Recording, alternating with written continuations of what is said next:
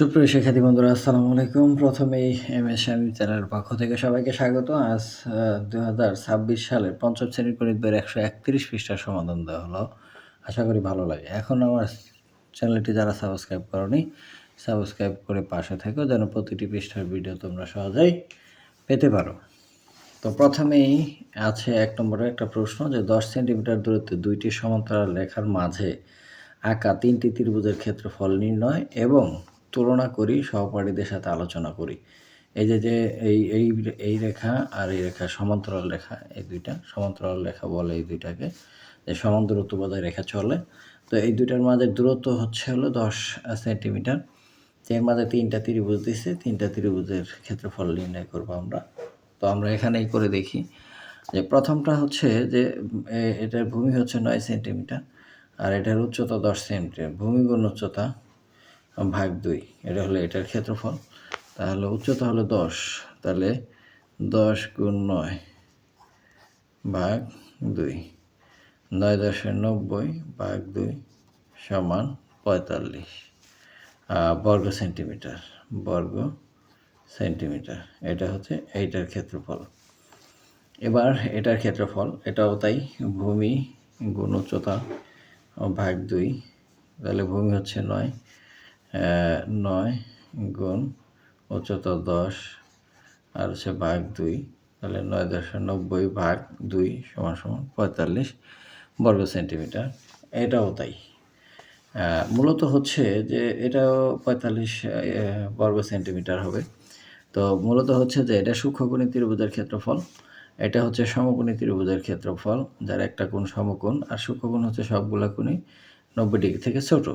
এটা সূক্ষ্মকোণী, এটা সমকোণী, আর এটা হচ্ছে স্থূলকোণী। যে ত্রিভুজের একটা কোণ ৯০ ডিগ্রি থেকে বড় সেটা হলো স্থূলকোণী ত্রিভুজ। যেহেতু এই কোণটা ৯০ ডিগ্রি থেকে বড়, তাহলে এটা স্থূলকোণ কোণী ত্রিভুজ। তো এটার ক্ষেত্রফল নির্ণয়, ভূমি হচ্ছে এইটাই আর উচ্চতা হচ্ছে এই দুই বাহুর দূরত্ব, অর্থাৎ এখান থেকে আমরা এইভাবে উচ্চতাটা নিতে পারি ১০ সেন্টিমিটার। তার ৯.৯০ ভাগ ২ সমান সমান ৪৫ বর্গ সেমি। এই তিনটা ত্রিভুজের ক্ষেত্রফল বের হয়ে গেল একই। এবার নিচে যে প্রশ্নটা আছে, এবার ২ নম্বরে একটি ত্রিভুজে দেওয়া আছে যার ভূমি ৬ সেন্টিমিটার, যদি এর উচ্চতা ক্রমান্বয়ে ১ সেন্টিমিটার থেকে ৬ সেন্টিমিটার বৃদ্ধি করা হয় তবে এর ক্ষেত্রফল কীভাবে বৃদ্ধি পাবে, এটা নির্ণয় করতে বলছে। তো এটা টোটাল উচ্চতা হলো ৬ সেন্টিমিটার, এখান থেকে এখান পর্যন্ত উচ্চতা হলো ৬ সেন্টিমিটার। টোটাল এখান থেকে এখানের উচ্চতা হলো ৬ সেন্টিমিটার। তো প্রত্যেকবার ১ সেন্টিমিটার করে বাড়ছে আর কি। যদি এটা প্রথমে ১ সেন্টিমিটার হয় এইটুক, তো এটার ক্ষেত্রফল হবে ভূমি গুণ উচ্চতা ভাগ ২। তাহলে ভূমি গুণ উচ্চতা ভাগ ২ হলো ৩ বর্গ সেমি। ৩ বর্গ সেমি। যখন ১ হবে তখন ৩ বর্গ সেন্টিমিটার হবে। আবার যখন নাকি ২ হবে এখানে, তাহলে ভূমি গুণ উচ্চতা ভাগ ২, তাহলে কত? ভূমি গুণ উচ্চতা হলো ২ ভাগ ২, তাহলে ৬ দুগুণে ১২ থেকে ২ গেলে ৬, পরেরটা হবে ৬, এখানে হবে ৬ বর্গ সেন্টিমিটার। আবার যদি ৩ নেই তাহলে ৬ গুণ ৩, ২ ৩ তিরিখে ৯, অর্থাৎ ৬ গুণ ৩, ৩ ৬ ১৮ ভাগ ২, তাহলে কত হবে? ৯, তাহলে ৯ বর্গ সেমি। আবার ৪ যদি নেই তাহলে ৬ গুণ ৪ ভাগ হচ্ছে ২, ৪ ৬ ২৪ ভাগ ২ সমান সমান ১২, তাহলে এখানে হবে ১২। আবার ৫ নিলে, এই ৫ নিলে ৬ গুণ ৫, ৫ ৬ ৩০ ভাগ ২, অর্থাৎ ৩০ ভাগ ২ সমান সমান ১৫ বর্গ সেমি। এখানে হবে ১৫, আর যদি ৬ নেই তাহলে ৬ ৬ ৩৬ ভাগ ২ ১৮, ৬ ৬ ৩৬ ভাগ ২ ১৮ বর্গ সেমি। এইভাবে আমরা এই ক্ষেত্রফলগুলো নির্ণয় করতে পারি। এখন নিচে কিছু ক্ষেত্রফল দেওয়া আছে, এই ক্ষেত্রফলগুলো ত্রিভুজের ক্ষেত্রফল নির্ণয় করি, এইগুলো আমি খাতায় করে দেখাচ্ছি। তো ১ নম্বর অঙ্কটা আছে ভূমি ৫ সেন্টিমিটার, উচ্চতা ৪ সেন্টিমিটার। তো তো আমরা জানি ত্রিভুজের ক্ষেত্রফল সমান ভূমি গুণ উচ্চতা ভাগ 2, 5 গুণ 4 ভাগ 2। তো 4 পাশে করি বর্গ, এখানে বর্গ সেন্টিমিটার হবে, এত হবে। তো এখানে 4 পাশে 20 ভাগ হচ্ছে 2, তো বর্গ সেন্টিমিটার, অর্থাৎ 10 বর্গ সেন্টিমিটার। এটা হচ্ছে উত্তর। তারপরে একটা আছে ভূমি 6 সেন্টিমিটার, উচ্চতা 8 সেন্টিমিটার। তো ত্রিভুজের ক্ষেত্রফল ভূমি গুণ উচ্চতা, অর্থাৎ 6 গুণ 8 ভাগ হচ্ছে 2। তো প্রথমে প্রথমটার কাজ করে নিব। 6 8 48 ভাগ হচ্ছে 2। তো 48-এ 2 দিয়ে ভাগ দিলে কত হয়? 24। এত বর্গ কি সেন্টিমিটার, এত বর্গ সেন্টিমিটার। এখানেও বর্গ সেন্টিমিটার, সবগুলো বর্গ সেন্টিমিটার একক আর কি আসলে এটা। তো 24 বর্গ সেন্টিমিটার। এরপরে 3 নম্বরটা আছে ভূমি 5, উচ্চতাও 5 মিটার, এটা একক আবার মিটারে। তো 5 গুণ 5 ভাগ হচ্ছে 2, 5 5 25 ভাগ হচ্ছে 2। তো 25-কে 2 দ্বারা ভাগ দিলে 12.5, অর্থাৎ 12.5 বর্গ মিটার।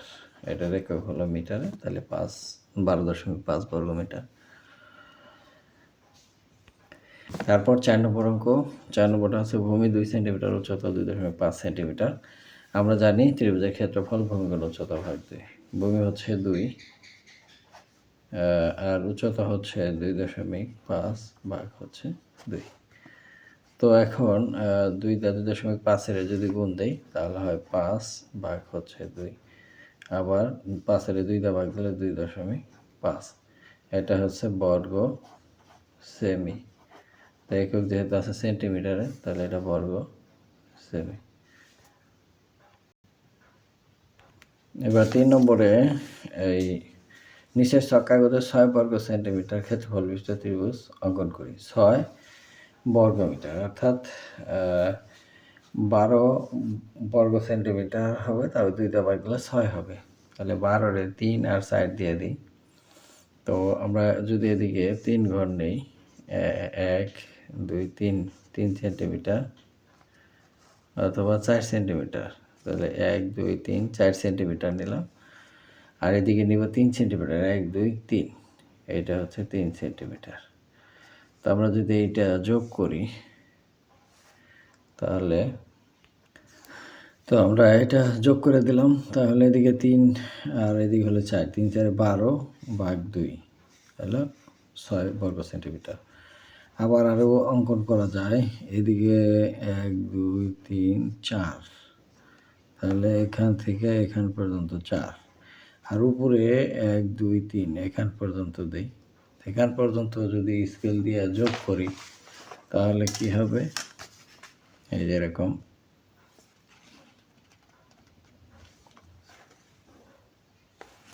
আবার এখানেও যদি যোগ করি তাহলে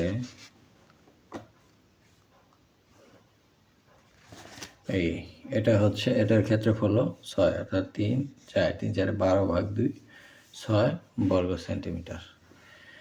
তো এভাবে আমরা এই ছকের মাধ্যমেও যে কোনো ক্ষেত্রফল বিশিষ্ট ত্রিভুজ অঙ্কন করতে পারি। তো শিক্ষার্থী বন্ধুরা, আজ এই পর্যন্তই। দেখা হবে পরবর্তী পৃষ্ঠার ভিডিও নিয়ে। সে পর্যন্ত সবাই সুস্থ থাকবে। এখনও আমার চ্যানেলটি যারা সাবস্ক্রাইব করেনি, সাবস্ক্রাইব করে পাশে থেকেও যেন পরবর্তী পৃষ্ঠার ভিডিওগুলো তোমরা সহজেই পেতে পারো। ধন্যবাদ সবাইকে।